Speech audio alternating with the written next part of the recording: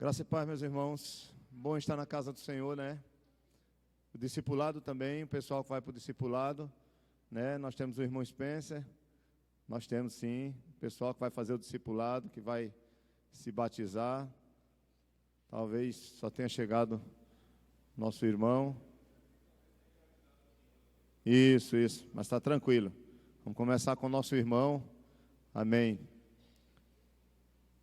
Procura uma sala com ar-condicionado lá em cima, viu, Spencer? Para vocês. Se o pessoal for chegando, eu aviso, tá? Amém. Vamos abrir nossas Bíblias, irmãos, no Salmo 135. Louvamos a Deus pela vida da irmã Maria de Jesus, né? Que está aqui, graças a Deus, deu tudo bem. Fez os procedimentos médicos. Graças a Deus pela sua vida. Louvamos ao Senhor. Irmã Benedita, consiga uma sala com ar-condicionado para ele, viu? Lá em cima, por favor. Salmo 135. Hoje nós vamos encerrar a oração do Pai Nosso, que tem sido uma bênção para as nossas vidas. Eu creio que a vida de oração dos irmãos, com certeza, hoje há outro entendimento na prática.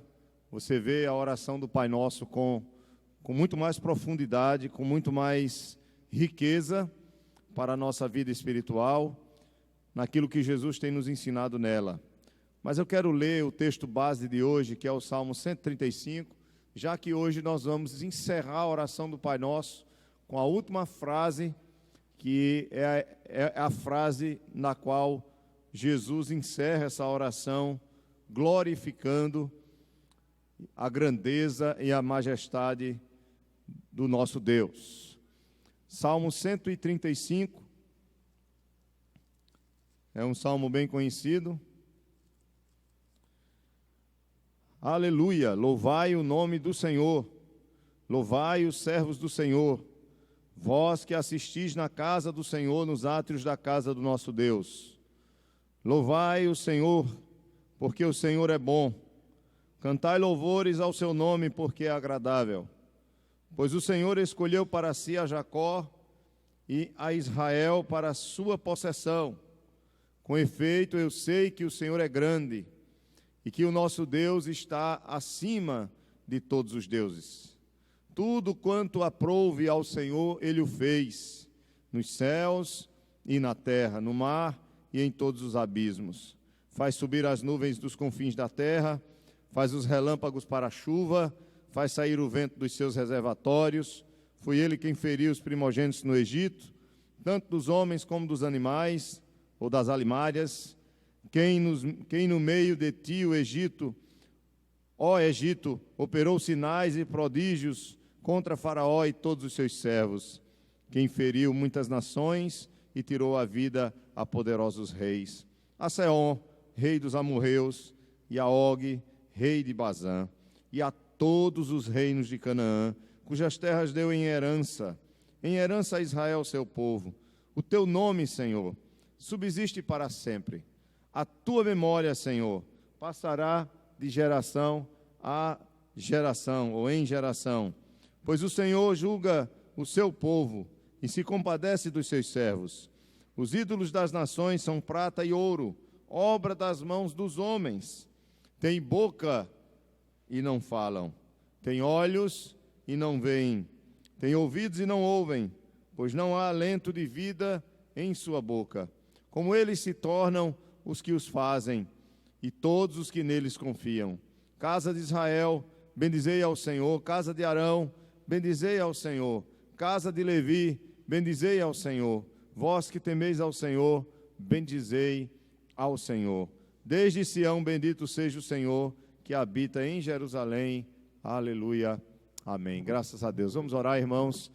Então, bendizamos ao Senhor nesta manhã, porque Ele é digno de todo louvor e de toda glória. Adoremos a Ele. Nós vamos estudar, encerrando todos os estudos que nós temos feito sobre a oração do Pai Nosso. Foi muito extenso, foram vários domingos estudando sobre o Pai Nosso, e nós encerraremos hoje pela manhã. Vamos orar. Pai, muito obrigado por este dia, por esta manhã. muito obrigado pela noite de sono, muito obrigado pela vida de meus irmãos, das minhas irmãs que puderam chegar aqui, muito obrigado pela nossa saúde, pelo pão de cada dia, muito obrigado, Senhor, pela oportunidade de estudar a Tua palavra, e que o Senhor possa despertar a cada dia mais o Teu povo, a Tua igreja, para buscar a Tua face, para buscar a Tua presença, em nome de Jesus. Nós Te louvamos, nós Te agradecemos por tudo, em nome do Senhor Jesus Cristo, e queremos Te bendizer nesta manhã, para a Tua glória. Amém. Amém. Irmãos, vamos abrir a palavra em Mateus. Eu pensei que tinha mais revistas, eu vou só ver se... São das antigas, Então, as que tem ali em cima. São das anteriores, de Isaías, tá certo. Então, já acabaram todas as revistas. As revistas novas, hoje é a última lição dessa. Elas já foram compradas, mas elas estão a caminho. Elas chegarão, eu espero que cheguem essa semana. Tá certo? Espero que chegue essa semana e que realmente... nós tenhamos essas revistas no próximo domingo. Caso não chegue essa semana, porque período de final de ano, fica realmente difícil os correios, a gente vai continuar os estudos, vai entrar em outros estudos até que chegue as novas revistas. As novas revistas vão tratar do tema sobre a batalha espiritual continua. Então nós estamos falando sobre oração, e essa revista, a nova revista, tem como tema a batalha espiritual continua. Não é nada de batalha espiritual, conforme as igrejas neopentecostais ensinam, não, tá, gente? É a batalha espiritual à luz da Bíblia. Aquilo que Paulo nos ensina, por exemplo, em Efésios, capítulo 6, em que o soldado do Senhor, ele tem que se vestir da armadura espiritual, para estar firme, para poder lutar contra os dardos inflamados do maligno, para estar firme no dia mau. Então é sobre isso que nós vamos trabalhar extensamente aqui, durante os domingos, ok? Mateus capítulo 6, verso 13. Mateus capítulo 6, versículo 13. Vamos aproveitar, vamos ler a oração toda, a oração do Pai Nosso. E aí a gente lê do verso 9 e encerrando com o verso 13. Portanto, vós orareis assim: Pai nosso, que estás nos céus, santificado seja o teu nome. Venha o teu reino. Faça-se a tua vontade, assim na terra como no céu. O pão nosso de cada dia dá-nos hoje, e perdoa-nos as nossas dívidas, assim como nós temos perdoado aos nossos devedores. E não nos deixes cair em tentação, mas livra-nos do mal. E aí encerra-se a oração dizendo: pois teu é o reino, o poder e a glória para sempre. Amém. Irmãos, louvamos a Deus pela vida do irmão Edivaldo, que deu o último estudo domingo passado sobre a última petição. Só repetindo a vocês, a oração do Pai Nosso, ela pode ser esboçada da seguinte forma: uma invocação, 6 pedidos e uma conclusão. Só que essa conclusão, ela é chamada de doxologia. Não sei se vocês já ouviram esse termo. O que é uma doxologia? Uma doxologia é uma glorificação, é uma exaltação. É quando você termina a sua oração exaltando aquele a quem você ora. Vocês estão entendendo, né? Então, vocês vão ver isso, por exemplo, muito nos Salmos, em algumas orações do Antigo Testamento. Então, é comum que na Bíblia, as orações, elas terminem com um louvor, com a glorificação do Deus a quem está recebendo essa oração. Então, na oração do Pai Nosso, por exemplo, ele começa com a invocação, Pai Nosso, e os irmãos lembram, Pai Nosso que estás nos céus. Então, já explicamos sobre isso, que Deus não é pai de todos os homens. Somente aqueles que têm uma relação de intimidade por meio de Jesus Cristo é que pode ter Deus como pai. João capítulo 1, versículo 12 diz que são filhos dele aqueles que nasceram não da vontade do homem, não da vontade da carne, mas que nasceram do Espírito. que nasceram de Deus, segundo a vontade de Deus, pela fé em Jesus Cristo, esses sim, eles podem chamar o Senhor Deus de Pai. E aí vem a primeira petição. A primeira petição é: santificado seja o teu nome. A segunda petição é: venha o teu reino. E a terceira: faça-se a tua vontade. Essas três petições são relacionadas à nossa vida com Deus. Os irmãos estão cansados de saber disso, que todas as nossas orações, elas devem ter como prioridade o Senhor. Depois nós vemos com a quarta, a quinta e a sexta petição. E essas três últimas petições, ou seja, a quarta, a quinta e a sexta, tem relação a nós. E aí nós temos: dá-nos o pão nosso de cada dia, perdoa as nossas dívidas, assim como nós perdoamos aos nossos devedores. E a sexta petição é: livra-nos do mal. Não nos deixe. E aí o irmão Edivaldo explicou para vocês a diferença entre tentação e provação, não é? Para vocês entenderem que Deus não tenta ninguém. Quem tenta é o diabo, e o diabo se aproveita justamente da nossa natureza pecaminosa.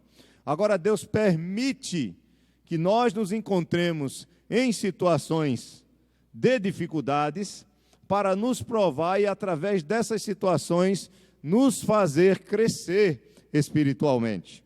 Então, Deus prova o homem, Deus não tenta, mas prova. Interessante. E termina-se a oração com essa glorificação de Deus, e nós vamos ver que no final, a frase final, tem tudo a ver com os três primeiros pedidos.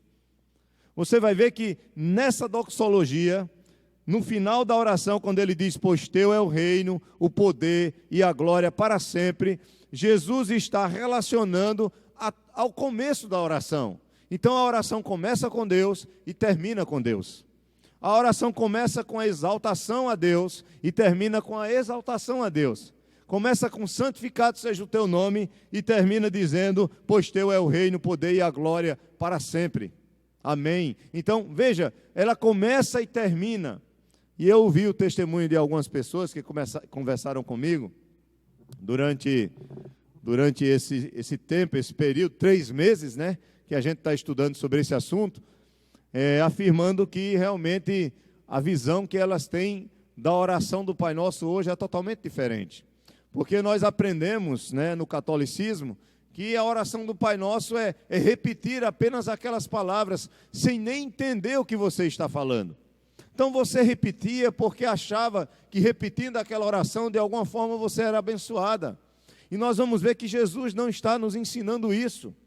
Ele está ensinando os seus discípulos a orar, mostrando que cada pedido que se faz nessa oração tem um significado muito mais profundo. Como, por exemplo, o que significa ser santificado o nome de Deus. Quando você ora dizendo: Senhor, santificado seja o teu nome, você está pedindo que Deus use a sua vida, que Deus lhe dê graça, tenha misericórdia de você e use você para que na sua vida o nome dele seja honrado, o nome dele seja exaltado. Então, através, eu como marido, eu como pai, eu como um irmão em Cristo, eu como um filho, eu como um trabalhador, eu como uma pessoa normal, como um cidadão do meu país, eu devo honrar, exaltar e glorificar o nome de Deus. E a minha oração deve ser essa. Jesus, ele sempre fazia isso. Jesus, ele sempre procurava cumprir a vontade de Deus em todos os detalhes, e ele cumpriu fielmente para poder glorificar o nome do Senhor. O desejo dele, humanamente falando, era sempre glorificar o Pai. Até na sua morte, ele glorifica o Pai. Então, a base da nossa vida é o quê? Quer comais, quer bebais, ou façais qualquer outra coisa que seja para a glória de Deus. Agora, deixa eu perguntar uma coisa a vocês, né? O que é a glória de Deus, né? A gente vai chegar aí daqui a pouco e entender um pouco o que é a glória de Deus. E o que eu quero de início que vocês entendam é que essa oração, ela começa e termina com esse propósito de se exaltar, de se glorificar a Deus. A doxologia é um nome esquisito, né? doxologia, mas não se preocupe com esse nome não, né? É um nome que vem do grego e significa glorificação, exaltação, você exaltar, você adorar, você bendizer a Deus com louvor, com a oração, você adorar Ele, você terminar a sua oração adorando o Senhor. Quantos de nós oramos e muitas vezes esquecemos de, no final da nossa oração, a gente bendizer a Deus, a gente exaltar o Senhor como forma de gratidão e ao mesmo tempo reconhecendo que nós dependemos dEle para tudo, dependemos dEle para tudo. Louvamos a Deus pela vida de alguns irmãos, né? Estivemos orando pela irmã Lenice, estava doente, né? E outras pessoas.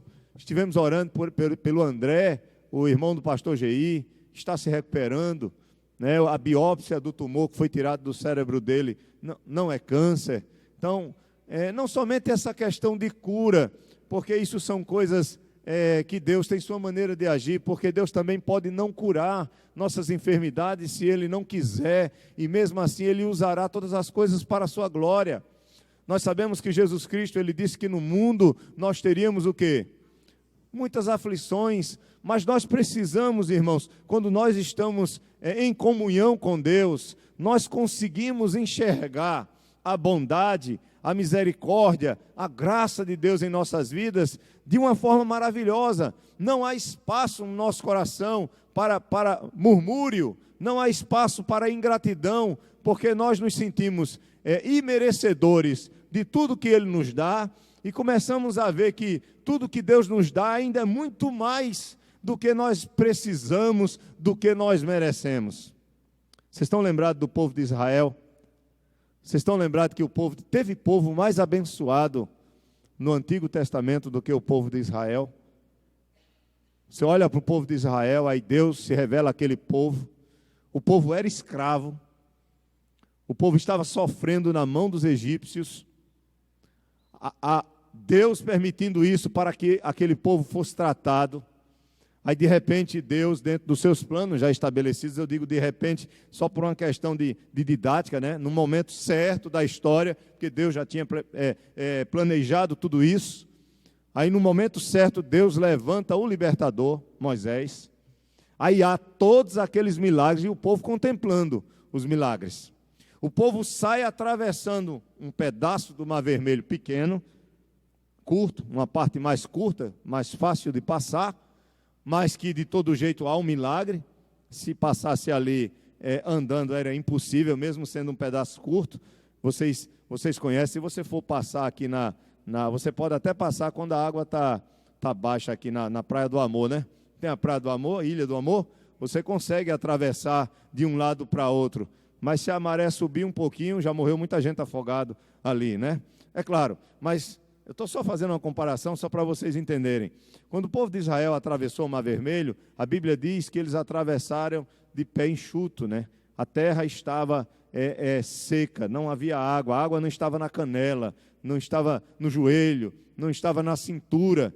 Foi da criança ao mais velho, os animais, foi aberto o mar, houve um grande milagre. Depois disso, o Senhor fez com que a água brotasse da rocha. Além disso, havia uma coluna de nuvem durante o dia para trazer sombra, frescor, para que o povo não sucumbisse diante do calor do deserto. Essa coluna, ela era iluminada durante a noite, havia glória ali, porque a palavra glória literalmente significa brilho. Se você não entende, a palavra glória significa brilhar. Então, quando se fala a glória de Deus, é o brilho de Deus. Mas que brilho? Um brilho literal? Não. A gente vai entender que significa muito mais. Há um sentido espiritual nessa palavra. Quando se fala da glória de Deus, está se falando do que Ele é, dos seus atributos, como santidade, bondade, como a verdade, a fidelidade. Então, são esses atributos, a justiça, que nós estamos falando quando nos referimos à glória de Deus. Então, meus irmãos, esse povo tinha a coluna de nuvem, que se tornava coluna de fogo durante a noite, água que minava da rocha, água que se transformava, água amarga que se transformava em água doce lá em Mara. Um pó ou um maná que caía do céu todos os dias, o povo tinha alimento todos os dias durante os 40 anos. Algumas vezes, por causa da murmuração, Deus mandou codornizes para o povo comer. Deus suportou a infidelidade, a idolatria, a ingratidão desse povo, embora a maioria do povo caiu ali por causa da sua incredulidade no deserto. Caíram ali, não entraram na terra prometida por causa da sua ingratidão, não conseguiram enxergar a bondade, a glória, o quanto Deus é gracioso e é maravilhoso. E tem pessoas que mesmo conhecendo a Bíblia, ou talvez conheçam só, entre aspas, não leem, não oram, não conseguem olhar para as suas próprias vidas e ver quanto Deus tem sido maravilhoso. Irmãos, se nós pararmos pelo menos 10 minutos durante o dia e começar a olhar desde a nossa infância, mesmo passando por dificuldades, mesmo passando por lutas que eu sei que você passou, eu passei, quem é que não passa? Quem aqui não passa por dificuldades? Quem aqui não perdeu um ente querido? Quem aqui nunca adoeceu, nunca sofreu com alguma enfermidade? Quem aqui nunca teve problema de relacionamentos com alguém? Quem aqui nunca sofreu fortes angústias no coração, ou não padeceu dificuldades até financeiras enormes? Todos nós. Mas nós vemos um Deus maravilhoso quando nós começamos a ler a palavra, quando nós começamos a orar a Deus, nós podemos enxergar o quanto o nosso Deus nos ama, não por causa das coisas que Ele nos dá, mas pelo fato dele ter se revelado a nós como Salvador por meio de Jesus Cristo.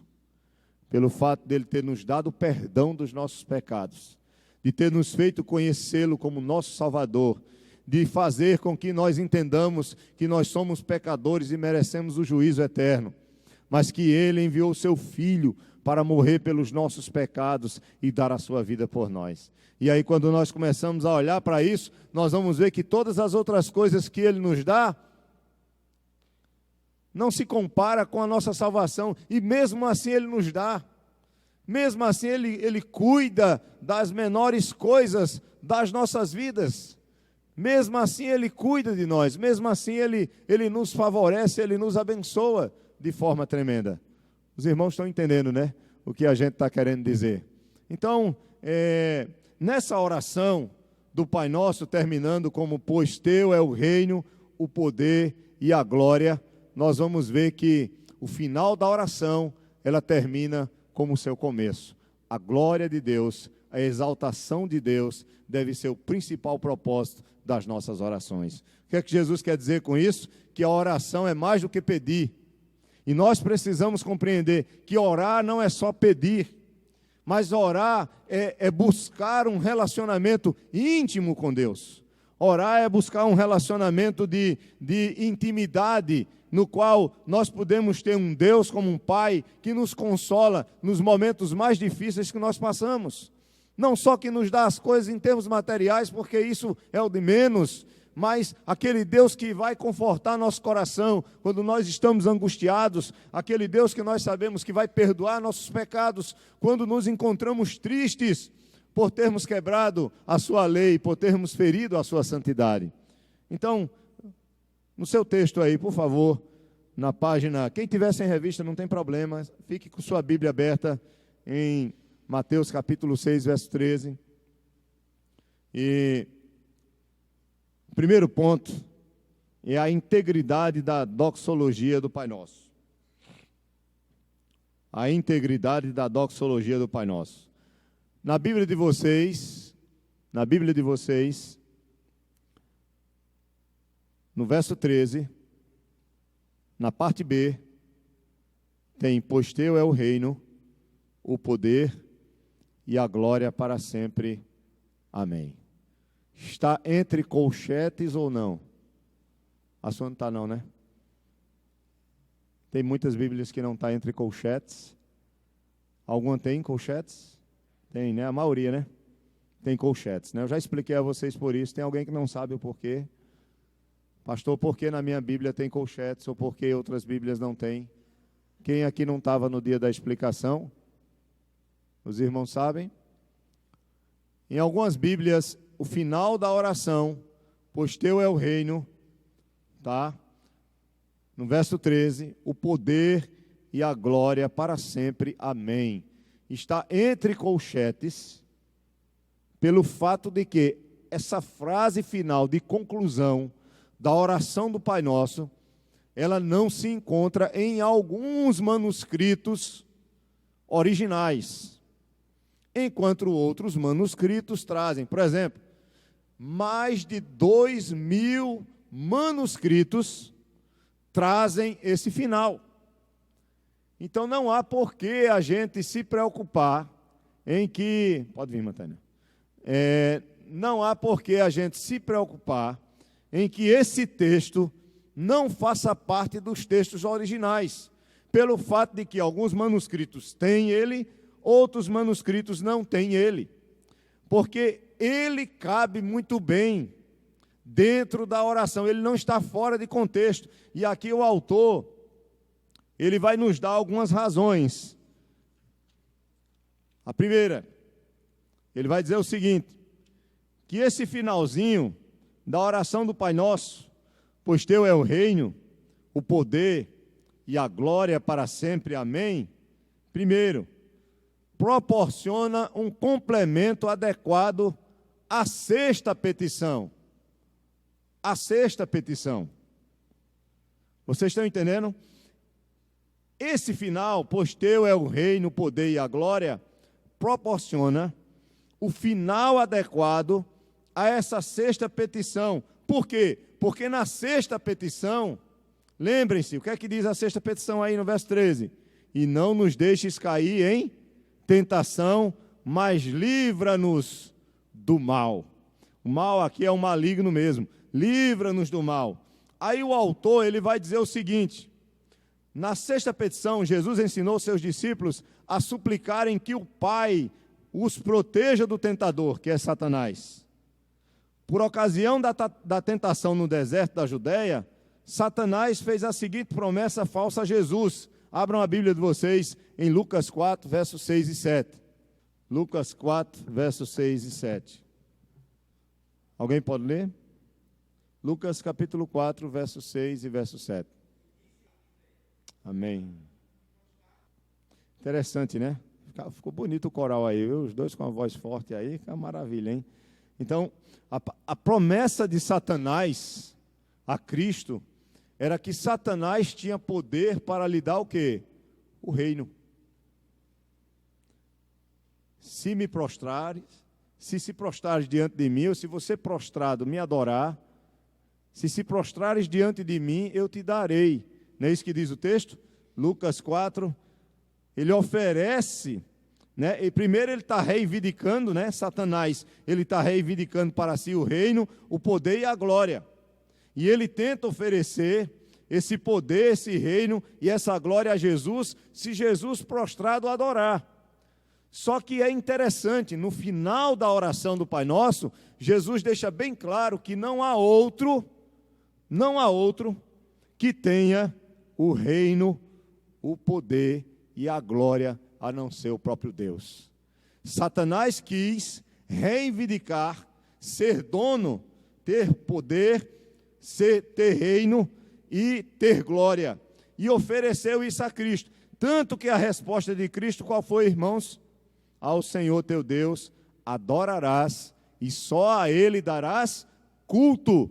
O que Jesus está dizendo é que somente o Pai é quem tem o poder, somente o Pai é quem tem o reino, somente o Pai é quem tem a glória. Então a nossa oração que começa ao Pai, Pai nosso que estás nos céus, santificado seja o teu nome, venha o teu reino, seja feita a tua vontade, ela se encerra da mesma forma, reconhecendo que tudo que nós pedimos, que toda a nossa oração, ela só pode existir, ela só pode ser respondida se esse Deus realmente estiver estendendo suas mãos para nós, porque só Ele tem o reino, só Ele tem o domínio, só Ele tem todo o poder, só Ele tem toda a glória. Então, ela se encaixa. O final da oração, pois teu é o reino, o poder e a glória para sempre. Amém. Ela se encaixa com todo o contexto da oração do Pai Nosso. Por isso que ela não está fora do contexto. Está entre colchetes, porque não tem alguns manuscritos, mas com certeza ela se encaixa perfeitamente e provavelmente o próprio Senhor Jesus, ele disse essas palavras ao final da oração. Segunda coisa é que essa conclusão, essa doxologia, que você já sabe o que é uma doxologia, é um louvor, né? Terminando a oração, a exaltação a Deus, está em harmonia com os modelos de orações que tem no Antigo Testamento. Vamos abrir nossas Bíblias em 1 Crônicas 29, 10 e 11. 29, 10 e 11. 1 Crônicas 29, 10 e 11. 1 Crônicas 29, 10 e 11. Quem puder ler, por favor. Irmãos, fique à vontade, tá? Para acrescentar o que vocês quiserem acrescentar, para perguntar. A lição de hoje ela é um pouco mais simples, porque é a conclusão.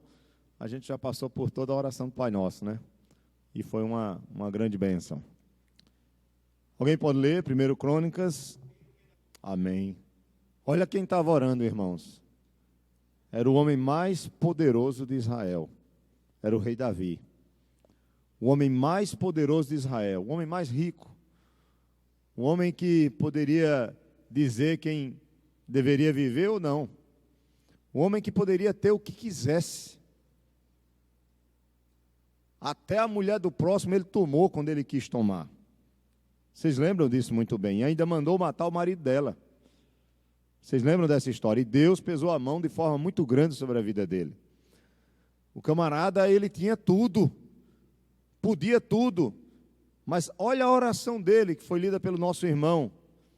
Ele está aqui nesse momento, por que Davi está orando? Ou pelo que Davi está orando? Ele tinha solicitado à igreja, né, vamos dizer, ao povo de Israel, que levantasse ofertas para a construção do templo.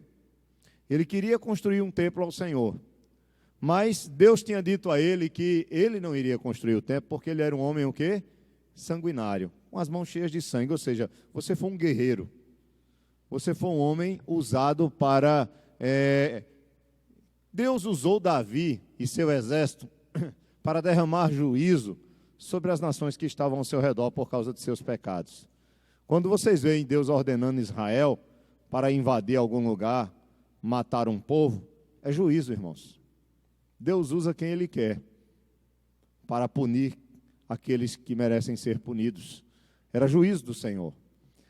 Então, Davi, ele não teria... Primeiro, ele já estava velho. Construir esse templo iria demandar tempo. Outra coisa, Davi era um homem inteligentíssimo, mas ele não era inteligente. Ele não teria os dons que o seu filho teria para construir o templo. E eu acho isso maravilhoso, é algo que a gente tem que parar para pensar.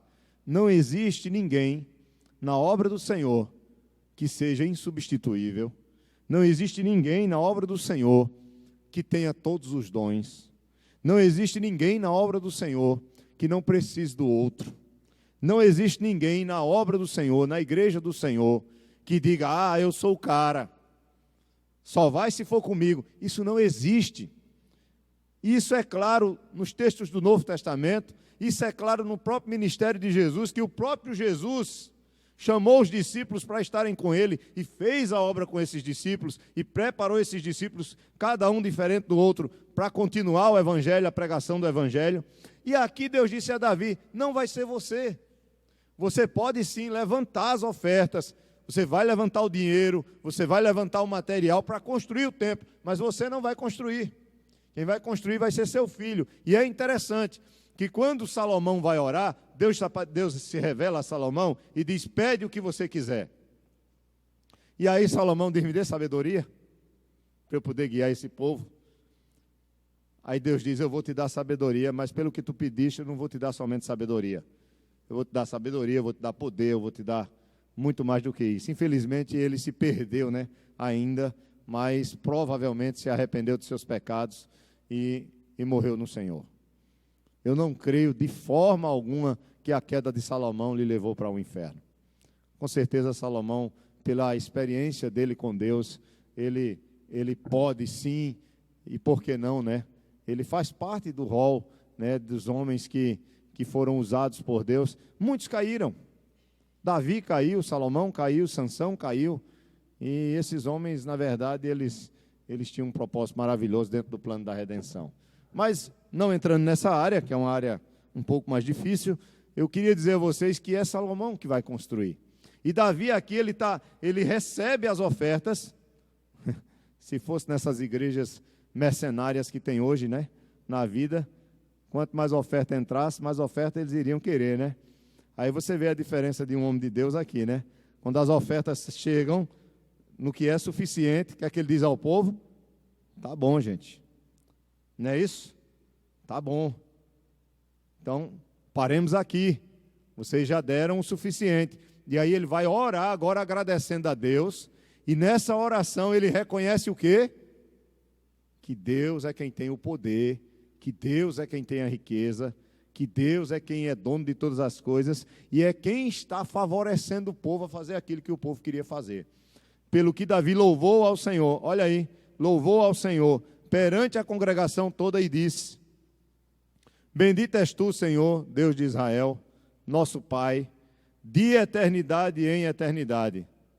Teu Senhor é o poder, olha só, teu Senhor é o poder, a grandeza, a honra, a vitória, a majestade, pois teu é tudo quanto há nos céus e na terra. Teu Senhor é o reino, e tu te exaltastes por chefe sobre todos. Verso 12, riquezas e glória vêm de ti, tu dominas sobre tudo, na tua mão há força e poder, contigo está engrandecer e a tudo dá força. Agora, pois, ó nosso Deus, graças te damos e louvamos o teu glorioso nome. E aí, verso 14, ele diz, porque quem sou eu e quem é o meu povo, para que pudéssemos dar voluntariamente estas coisas, porque tudo vem de ti e das tuas mãos tu damos. Às vezes o irmão ou a irmã pensa que porque você está contribuindo com a obra do Senhor, com a obra missionária, com o dízimo, com a oferta, a gente sabe que é necessário, nós temos que pagar as contas daquilo que nós usamos esse lugar, as crianças usam as salas, a energia que se usa dos ar-condicionados das salas, o material que elas usam. Pra vocês terem ideia, o material que a gente vai pagar só para as crianças agora, em janeiro, o boleto vence amanhã, 500 e poucos reais, só de material para as crianças, só uma parte. Aí você diz, mas esse material dura quanto tempo, pastor? 2 a 3 meses. Só o material que as vossas crianças usam aqui. E aí, às vezes, a gente não vê isso, né? Mas usam aqui, mas isso não vem de graça. Isso a gente compra, aí a gente paga, e a gente tem que pagar. Usamos energia, que está uma fortuna, né? Tem água, tem a manutenção, porque as coisas, infelizmente, elas não duram para sempre, elas quebram. Quebra uma coisa, quebra outra, né? Quebra um ar-condicionado, é uma luz que queima, é um curto-circuito que dá, nós estamos com um portão eletrônico quebrado, a pessoa está consertando, já gastamos uma fortuna nesse portão e graças a Deus agora está ficando certo, mas a pessoa adoeceu, a esposa adoeceu, a gente está esperando ele terminar. Então, tudo é uma grande manutenção, tem jardim, tem limpeza, tem porta de vidro, tem mola, tem isso, tem aquilo, tem funcionário. Então, tem os missionários que nós temos o compromisso com eles e nós temos que honrar.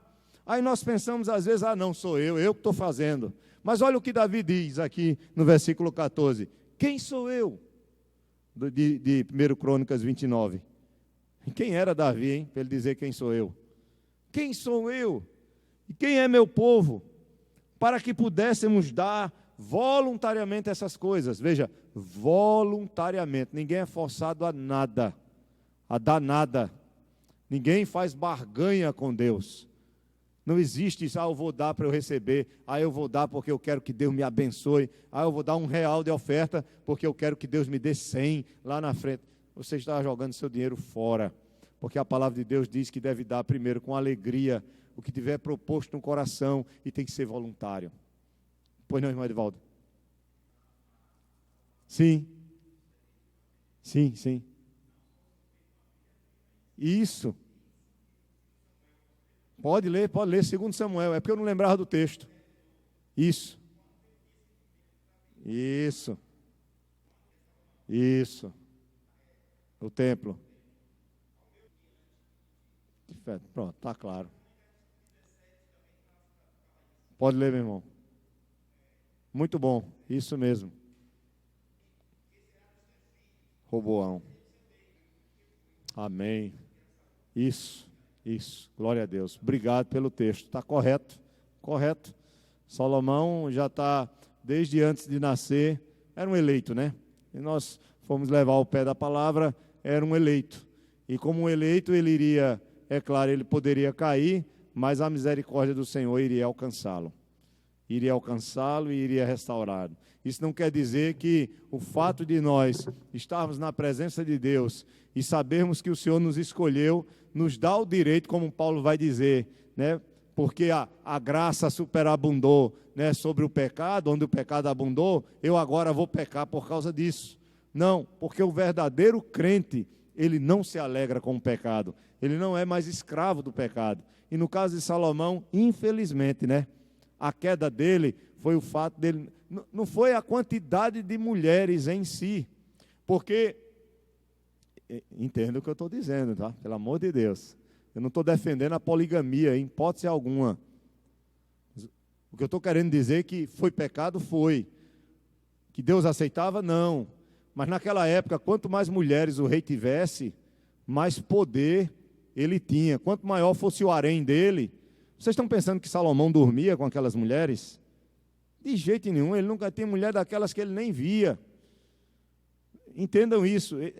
Mas quanto mais mulheres virgens tivesse no seu harém, isso queria dizer que o rei tinha mais o quê? Poder e riquezas. Não é porque Salomão era um doente sexual, que ele tinha mais de 1000 mulheres e concubinas. Não era por isso, não. Não era por uma questão sexual.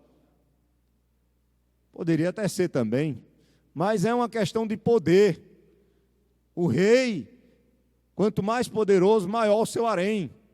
Agora, o que levou Salomão a se afastar de Deus, quando eu disse que não foram as mulheres apenas, nesse sentido de a mulher em si, é porque essas mulheres que Salomão escolheu, eram mulheres de outras nações, eram princesas nas quais ele fez aliança com seus pais, e essas princesas, elas trouxeram suas religiões, suas idolatrias, e Salomão abraçou também isso para ele e construiu. Quando vocês foram ler a Bíblia, vocês vão ver que Salomão, além de construir o templo do Senhor, construiu também templos a esses deuses pagãos. Olha aí. Ele caiu no pecado da idolatria também, que era abominável aos olhos do Senhor. Então pecou por ter. Então, na verdade, ter muitas mulheres não é bom de jeito nenhum, né? Se fosse, com uma já é difícil, né? Se fosse, o Senhor tinha dado logo 1000 a Adão, e não somente Eva, né? Estou brincando aqui, mas com uma já é difícil, né? Quando a gente casa, aí vocês estão dizendo, pastor, com um também já é difícil, mas é assim mesmo, nós somos uma só carne. O casal é uma só carne. É uma mulher e um homem. O Senhor, Ele nos dá a nossa esposa, isso é uma bênção do Senhor. Quando o homem encontra uma mulher que o Senhor lhe dá, isso é uma grande bênção. E nós temos que valorizar a mulher que Deus nos deu, até o final da nossa vida, né? Pedindo a Deus que o Senhor abençoe o nosso casamento, para que nunca haja infidelidade de nenhuma das partes. Porque quando há infidelidade, aí, meu amigo, a coisa fica muito difícil. Tanto que é um dos principais motivos citado na Bíblia para uma separação, é a infidelidade. Inclusive Deus vai se colocar como um marido traído pelo seu povo de Israel, usando isso como uma analogia no livro profético de Oséias. Vocês estão entendendo? E outra, lá em Malaquias, eu sei que esse assunto já é outro assunto, eu não vou me deter nisso, né? mas só para... Abra aí Malaquias aí, só para ficar um pouquinho mais pesado para a gente. Malaquias 2. Isso quer dizer que a gente não é tentado? É tentado. Nossas mulheres podem ser tentadas, o homem pode ser tentado, pode. Mas nós precisamos estar andando com o Senhor. Lembram da sexta petição, né? Livra-nos do mal. Só se você não for homem. Aí você não vai ser tentado por mulher, não. Aí vai ser tentado pelo homem, né? Aí a desgraça ainda é pior. Então, mas vamos lá. Capítulo 2 de Malaquias, versículo 13. O povo estava chorando no culto. Sabe aquele culto bem emotivo? Que o povo, ei, Senhor, tem misericórdia de mim, chorando. Eu conheço uma irmã, não, deixa quieto. Uma senhora que ela se jogava no chão, no culto. Não é aqui não, viu? Se jogava no chão, no culto. Com a cara no chão, porque ela aprendeu que Deus só ouvia a oração se ela se jogasse no chão com a cara no chão. Isso no meio da igreja. Chamava atenção e gritava. Depois eu soube. Aí caía no chão. Aí está aqui, olha o verso 13. Verso 13. Ainda fazeis isto, Deus está dizendo, cobris o altar do Senhor de lágrimas. O povo ia chorar no altar, chorar, se derramava em lágrimas, de choro, olha, de gemidos, de sorte que ele já não olha. Olha, Deus não olha para a oferta, nem a aceita com prazer da vossa mão. Que oferta é essa? É dinheiro? Não. Esse altar aqui é o altar do holocausto. O povo ia oferecer os animais ao Senhor. O que era que eles faziam? Pegavam os animais, os piores que tinha, o aleijado, o doente, o que estava morrendo. Então eles davam o resto. E chorava, sabe? Se lamentava e gritava, Senhor, a gente está passando por dificuldade, é muita luta na minha vida. E ainda perguntavam, por que, Senhor? Verso 14, como se eles dissessem, por que, Senhor, está acontecendo isso comigo? Por que eu estou sofrendo tanto? Olha a resposta de Deus. Porque o Senhor, profeta, né, falando, porque o Senhor foi testemunha da aliança entre ti e a mulher da tua mocidade, com a qual tu foste desleal, sendo ela a tua companheira e a mulher da tua aliança. Não fez o Senhor o mesmo, que havendo nele um pouco de espírito, e porque somente um, ele buscava a descendência que prometera. Portanto, cuidai de vós mesmos, e ninguém seja infiel para com a mulher da sua mocidade, porque o Senhor Deus de Israel diz que odeia o repúdio, e também aquele que cobre de violência as suas vestes, diz o Senhor dos exércitos. Portanto, cuidai de vós mesmos, e não sejais infiéis. Estão entendendo? O rapaz já correu, né? Ele ficou com medo, pensou que eu ia dar nele no final do culto. Deus me perdoe. Mas não tem nada a ver. É que vocês não estavam entendendo, né? Vocês estavam entendendo já, né? Se é crente, fica, né? Eu não sou disso não, viu, gente? Eu sou cachorro que só late. Mas é porque... E eu sei lá, o cara ficou olhando tudo, rapaz. Ficou ligado em tudo, ficou olhando tudo. Aí eu digo, peraí, primeiro eu vou dizer a ele que eu não sou besta, né? Eu vou chegar logo perto dele. Então, aqui, mas é verdade mesmo. Deus é tão bom que Deus deu o texto certo na hora certa, né? Obrigado, Senhor. Aí depois que a gente soube, os próprios filhos denunciaram ela. Os próprios filhos. Isso é um absurdo, irmãos. Isso é um absurdo. Aqui o povo estava chorando, mas Deus disse, olha, eu não aceito a oferta de vocês não. Sabe por quê? Porque vocês estão repudiando a mulher de vocês. Vocês fazem o que quer com as mulheres de vocês. Vocês traem elas, vocês repudiam elas, vocês jogam elas, mandam elas embora. Vocês não valorizam a mulher da mocidade que vocês fizeram a aliança. Vocês são infiéis. Pode acontecer uma infidelidade. Pode acontecer. Deus pode restaurar um casamento. Pode. Eu não estou falando nada disso aqui, irmãos. Mas o Senhor nos exorta. Para que a gente tenha cuidado. Porque nós somos o quê? Tentados. e muito tentados. Então, quando nós estamos exaltando o Senhor e glorificando o Senhor, nós estamos reconhecendo que tudo pertence a Ele. Tudo pertence ao Senhor. Vamos lá, vamos voltar para o nosso texto. Então, primeiro, veja, o final da oração tem a ver com o fato de que toda a glória pertence a Deus, todo o reino é dele, todo o poder é dele. Segundo lugar, tem relação com as próprias orações do Antigo Testamento. Depois o cabo vai me pegar lá fora. Terceiro, era comum no Didaquê, né? O que é o Didaquê? O Didaquê é um texto considerado como o ensino dos 12, que surgiu entre o primeiro e o segundo século. Esse detalhe eu não vou entrar. Tá? E em quarto lugar, embora esteja ausente de alguns manuscritos, esse finalzinho, pois teu é o reino, o poder e a glória, ele existe em mais de 2.000 manuscritos. Agora vamos ver o significado, isso é o mais interessante, para a gente terminar a nossa lição. Vamos ver o significado. Você está com Mateus aberto aí? Olha, eu já passei por cada um, eu estava contando ontem aos jovens. A gente teve o culto de jovens ontem, foi muito abençoado, né? Inclusive, nós começamos ontem a estudar 1 Timóteo com os jovens. Nós vamos expor toda a carta de 1 Timóteo, que é um texto que é muito rico, principalmente para os jovens, para o que eles estão passando, né, na vida de hoje. E eu passei por...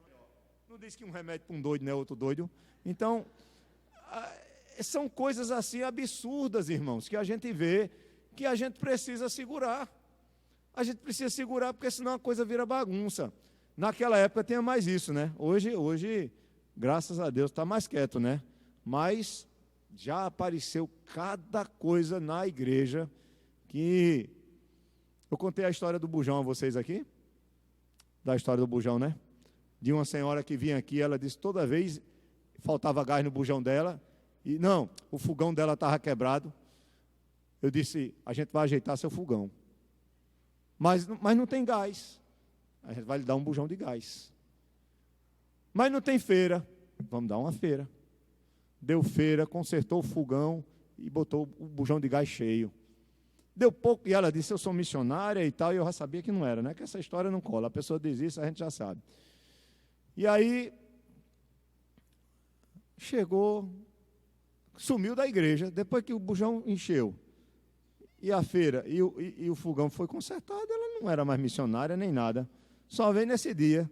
Eu disse, tem nada não. A Bíblia diz, o que é que Jesus diz? Dá a todo mundo a quem te pede, a gente tem que abençoar mesmo. Isso é bom, porque quem é de nós que não precisa de ajuda? Quem de nós aqui nunca passou por dificuldade e alguém não chegou e nos ajudou, não é verdade? Nós precisamos da ajuda do outro, e isso pode acontecer. E para um homem de bem, isso é até vergonhoso. Mas a gente passa por isso e a gente deve ajudar um ao outro. E aí o que aconteceu?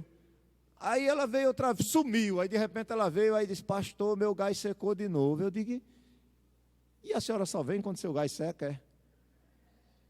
Não tem não.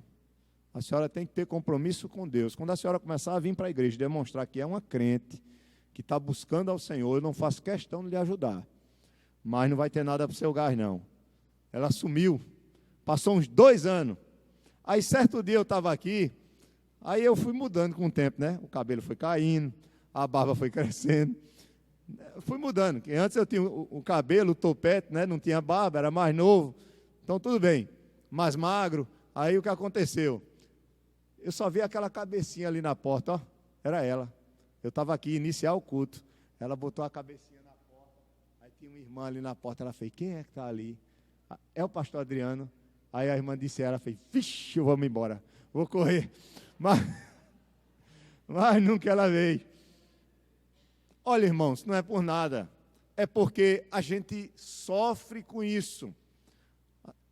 Cristo passou por isso. Os discípulos passaram por isso. Nós passamos por isso. Devemos ajudar a todos. Mas a maior necessidade do homem que ele precisa entender é Cristo, é o perdão dos seus pecados. E o resto vem. E nós fazemos questão em abençoar, como a nossa igreja ela tem essa prática. E para nós é a maior alegria em ajudar os irmãos. Então, quando a gente vê que um está assim, olha, como esse, estava incomodado, estava olhando tudo, não veio para cultuar, estava interessado em pegar alguma coisa, e para, sei lá, dia de domingo, né? Tem praia, tem uma cervejinha na praia, né? Uma cachaçinha que é mais barato. Ninguém sabe o problema, porque quando a pessoa está precisando, a gente sabe que está precisando mesmo. A gente conhece a pessoa, a gente vê, a pessoa às vezes até chega e diz, ó, estou aqui para fazer o que quiser, tem algum trabalho para mim, estou passando por dificuldade. Agora, quando vem com essa história, eu sou missionário, eu sou pregador do Evangelho.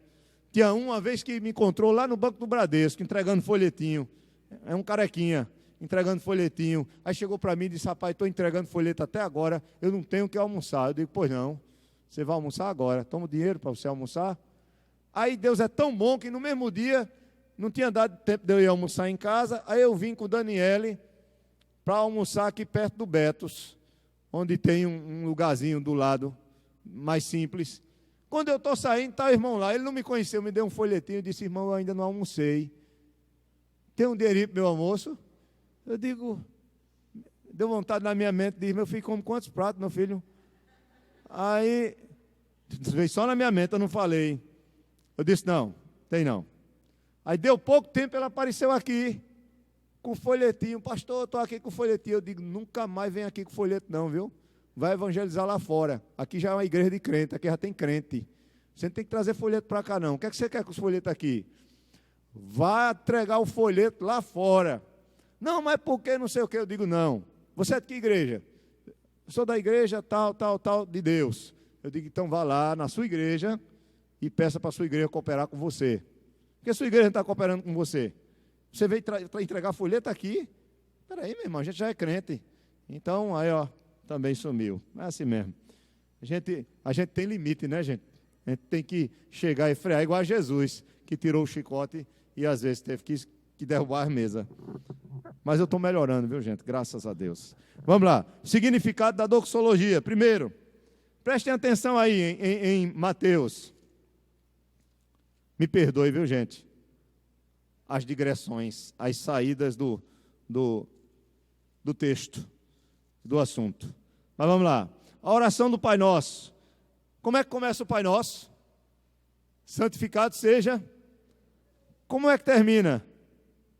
Vê, santificado seja o teu nome e venha o quê? Como é que termina?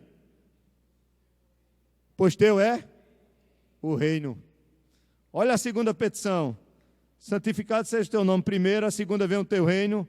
Terceira, faça a tua vontade. Olha como termina. Pois teu é o reino, o poder. Ele tem um reino, ele tem o poder para fazer a vontade dele e ele tem a glória para todo sempre. Ou seja, o nome dele é santificado, ele tem o poder e o reino é dele. É bem interessante, está interligado. Aí se você observar, quando nós declaramos teu é o reino, no final da oração, nós estamos afirmando que dele é todas as coisas, que Deus governa todas as coisas, como Davi disse em 1 Crônicas, como nós lemos, teu Senhor é o reino, o poder e a riqueza. Então, quando você está na oração do Pai Nosso, ou na sua oração, e está encerrando a sua oração, e diz, Senhor, teu é o reino, você está confessando que Ele tem autoridade sobre todas as coisas e que você precisa dEle, depende dEle e está debaixo desse poder. Quando você diz, teu é o poder, você está declarando a importância de confiar no poder dEle.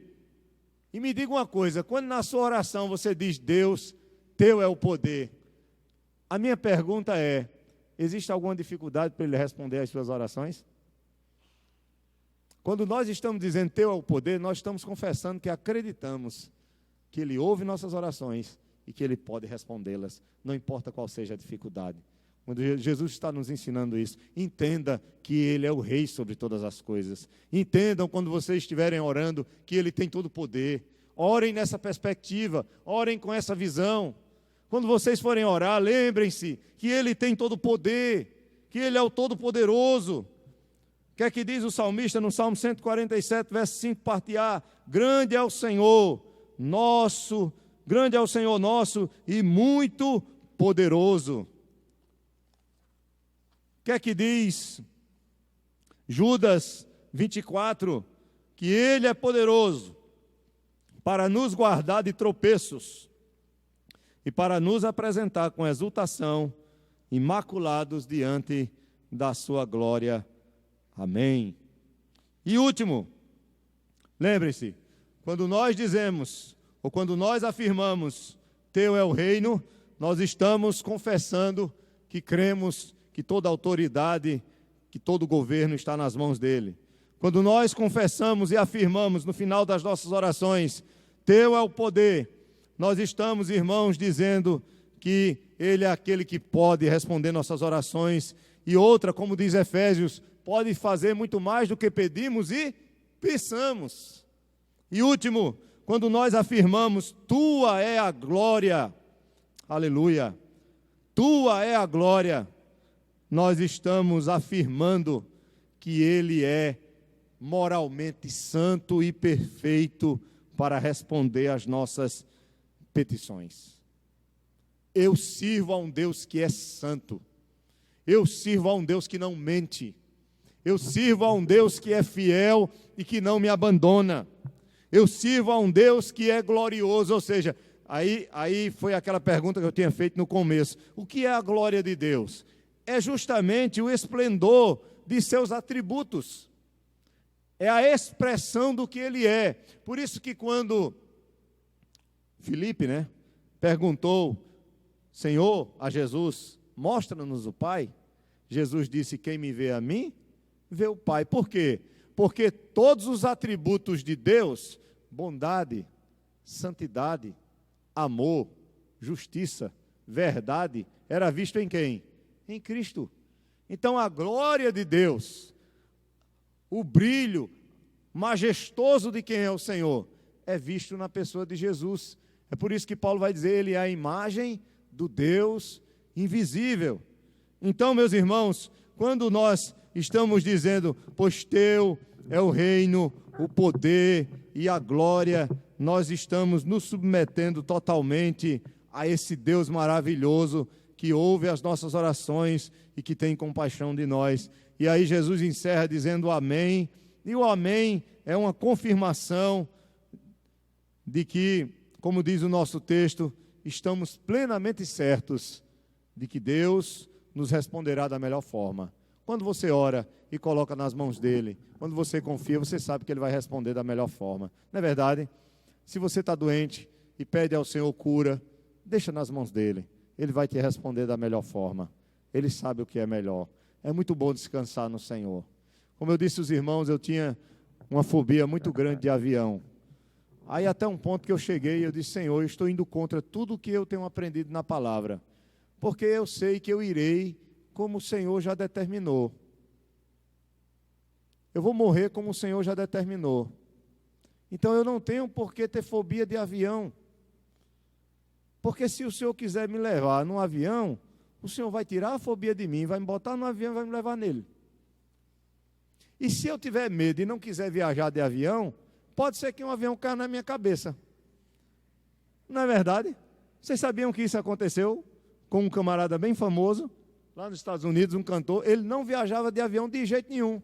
Aí ele estava viajando de carro, um avião daquele que lança agrotóxico nas plantações. Veio um problema, veio para a pista, caiu em cima do carro dele, ele morreu.